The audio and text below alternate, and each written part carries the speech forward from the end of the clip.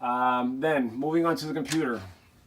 So I just built this today, actually. Before I was like, I'm gonna make this video. I might as well make this look nice. I made this laptop like dock kind of thing, just out of basic wood.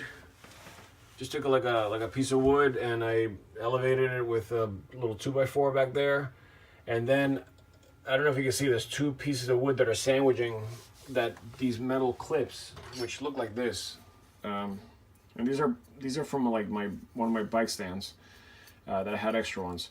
So this is sandwiched in there, but it left just enough space for the laptop, as you can see, to fit in there nicely. And it's cool because, oops, it's cool because the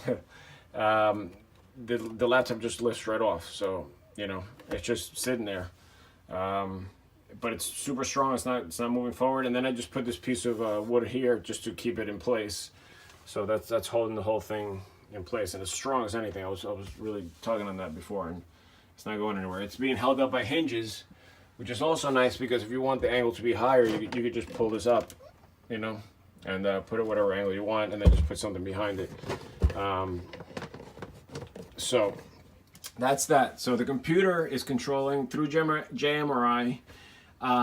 3 panels actually at this point.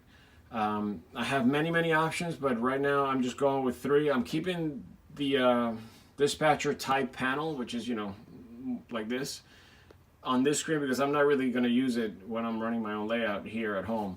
That's more for when somebody's dispatching for me, but I have it pretty much set up. It's not assigned yet, like the zones are not assigned yet, but I have my 2 main lines, my short line, and now I just got to make my upper line here so this dispatcher can see everything. And from there, what I did is I ran my HDMI out, one this way, and then I only had one HDMI, so I had to get a USB adapter for my second HDMI, which runs that way and up.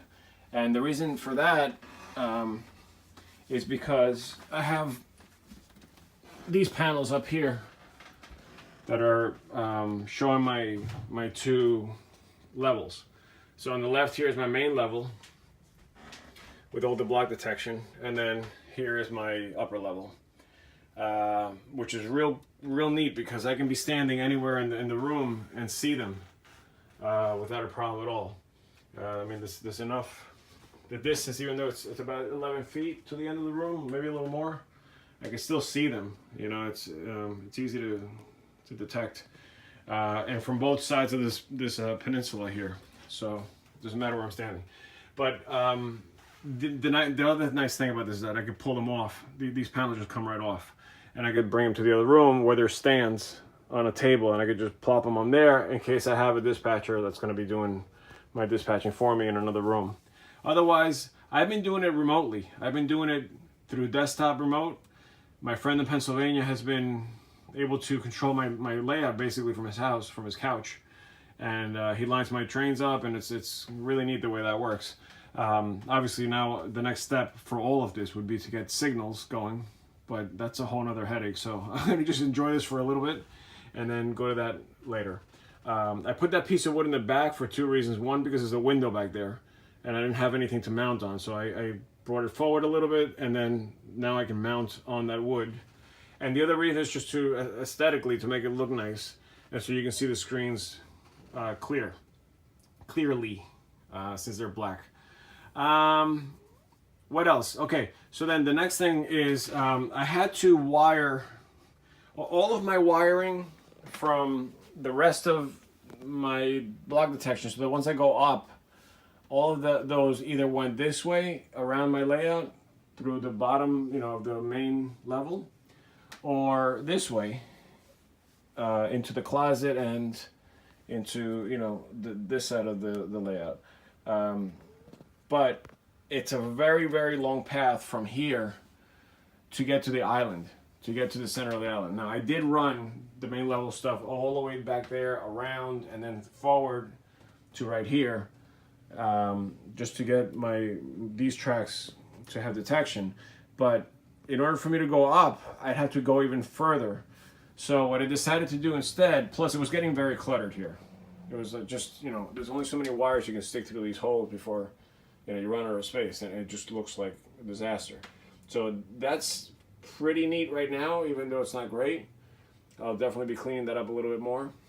But, you know, it wasn't, I wasn't going to stick another 16 wires through there. So what I decided to do is go up instead. So as the C unit, the one that goes to the upper level, comes out, it goes up, like I showed you before, up through there.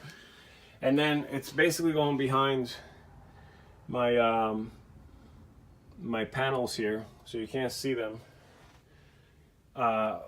There's a track with a PVC pipe that I put in there, and I ran all the wires in there. This way they stay together all the way through, and then they spit out here into this. This is just like a basic cable organizer. I just got to put a zip tie over there because it's like opened up. The 12 gauge wires just have a lot of tension to them, so they're hard to maneuver sometimes. And then over here, I didn't know what to do, so I got this kind of like curve angle thing, but you know, I cut a hole in it and just spit it out that way, just so I can keep it nice and high here by the trimming. And so the wiring continues to there. This I'll get a slightly longer one of those things, just to make it a little neater, so it's all white there. But that was the shortest path to get into the island. This side was much longer, so I didn't want to have that sticking out there. So I went through there, and then I'll just go under here. I brought him out through that pipe, that organizer there, and then as you can see, there are those red clips, which I love, and I fed it through to the back of the layout. I'll just go this way. See if I can zoom in, but I fed it all the way through to the back of the layout. Now there are some holes that shoot down in the middle of this island here so that I can access the tracks that are right there. But it's not a lot of wires, so it was only a few that had to come down. And obviously it runs all the way down. All the wires that I did hook up come out through that little space there behind the backdrop and out to the rails. But generally speaking, it looks pretty neat. I mean, even looking from down here, there's only a few wires that stick out, so I'm pretty happy with that. And I'm not done yet. I still have to do some tidying up here. But one thing that I did want to say, which I forgot to say before, is that everything is color coded so that I can track things a lot easier. So, you know, I was telling you about the tape that I put on the PM42 and on these terminal blocks, you know, according to each line. And I said the green was the A line, so that's why all my A line, or you know, A block detection is green. So I know that if anything happens with any of these wires, or anything happens here, it's got to be main line, it's got to be green, it's got to be green, it's got to be green. So that's why I figured that out. The other side, the B line, which is a short line, is all blue. It just happens to be B for blue. But that's why I have all the blue tags heading that way for the blue detection, and the last one is yellow. So all my yellow tags are back there, and they're also up, you know, and around. So you can see that they follow through. Every possible section has all of these labels. So it's not like just there. You know, I can track it from anywhere. From there, you know, it just continues. Every single space that was made by the bench work has detection, even down here, you know, and anywhere. You can see it kind of down there too. And that helped me, even when I had a problem, it helped me immensely to track it. So the yellow tape is up at the top of the peninsula, obviously. So I think that's pretty much it as far as like everything I need to control. The other nice thing is that with the computer control, I got one of these USB mouse, like wireless. You know, they just have a little dongle that you hook up to the USB port, and you can control this from anywhere. I said that on my last video, but the cool thing is that I could take these panels. For example, look, I'm just going to do it right here. It doesn't matter where I do it, but I could take these panels and stretch them out or move them anywhere I want. So as you can see, I can take it from one to the other, one side to the other. And if I want to, you know, like let's say I want to just grab this and pull it, you know, it'll stretch it out all the way. So it's kind of cool that I have that option in case I want to see it really big or whatever. But if not, then I could just put it right back there and it'll figure itself out. And I could be, you know, I could be controlling my trans and watching a YouTube video on this side, or, you know, it doesn't matter. I get basically any window will open up in any panel, and I can stretch it out or not, or make it smaller, you know, whatever I want. So that's kind of neat to have. And the block, you know, the detection has been working great. The reason why everything's red right now is because that's a safety feature. So if the command station is off, what happens is it trips every single block, with the exception of my reversing blocks.